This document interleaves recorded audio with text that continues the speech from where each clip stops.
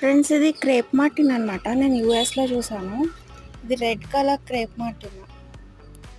చూడండి వాటి సీడ్స్. అవి సీడ్స్ కాదు, అవి ఫ్లవర్స్ ఓపెన్ అవుతాయి. అసలు ఇంత మంచి మొక్కని వీళ్ళు ఇక్కడ వేశారు. వెరీ ప్రౌడ్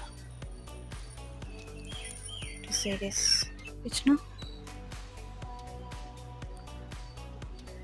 ఇన్ని హనీ బీస్ ఉన్నాయో, వెళ్తే కుడతాయి. చాలా నెక్టర్ ఉంటుందేమో.